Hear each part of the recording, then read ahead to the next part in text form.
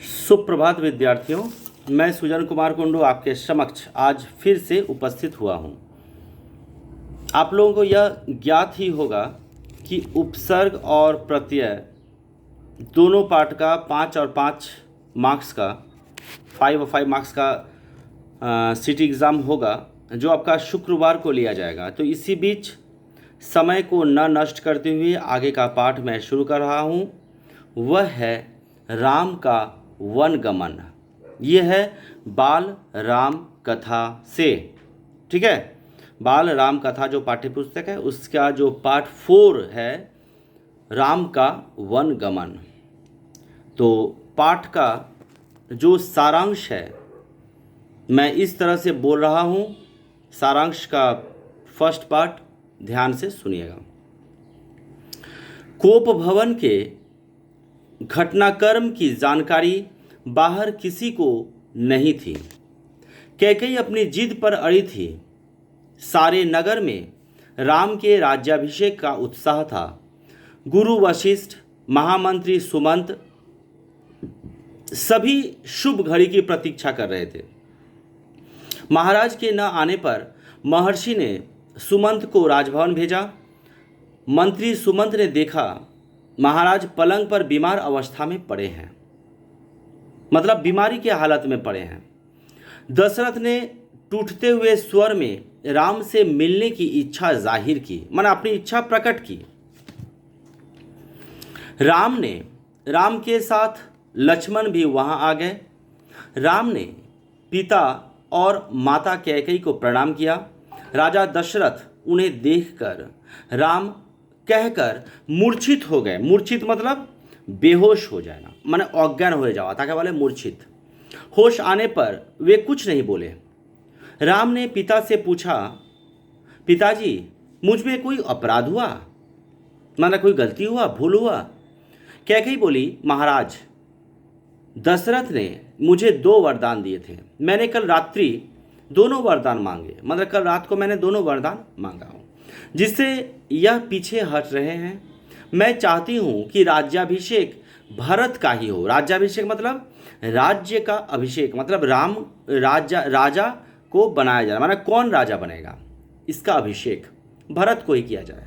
और तुम 14 वर्ष के लिए वन में रहो। 14 साल के लिए तुम जंगल में रहो। वन मतलब जंगल, ठीक है।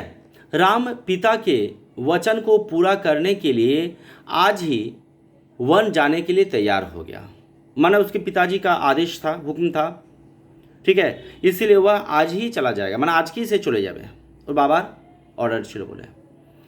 कैकेयी के महल से निकलकर राम सीधे अपनी माता कौशल्या के पास गए और माँ कौशल्या का गलो। उन्होंने माता कौशल्या को कैकेयी के भवन में हुए वार्तालाप के बारे में बताया, ठीक है।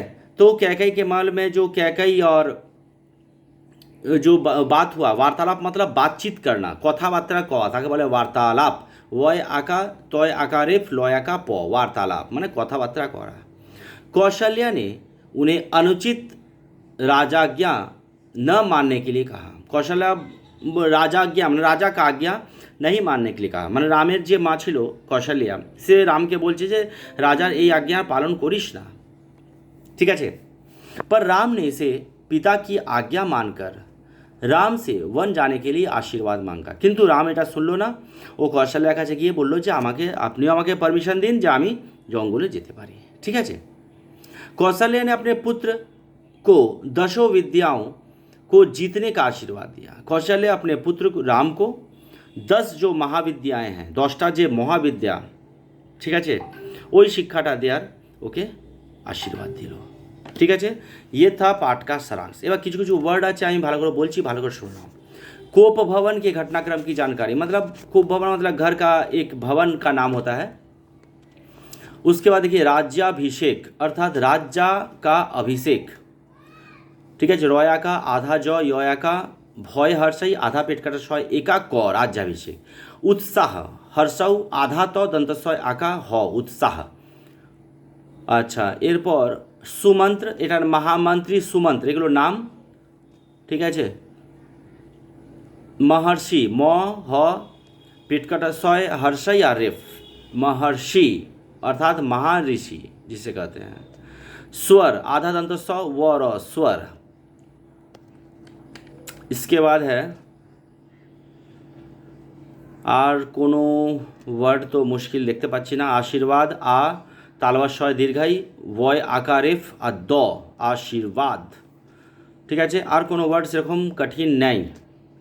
ওকে, আচ্ছা সারাংশের হাফ আজকে বোঝানো হয়েছে, হাফ কালকে বোঝানো হবে। কালকেও আমি ভিডিও পাঠাবো, ভালো করে বুঝবে।